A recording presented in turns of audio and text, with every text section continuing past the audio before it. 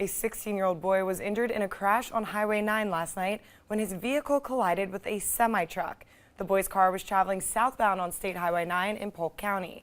The semi was traveling northbound on the highway when the two vehicles collided. The boy was taken to the Crookston emergency room. There is no word on the extent of his injuries. The driver of the semi was not injured in the crash, and both drivers were wearing their seatbelts.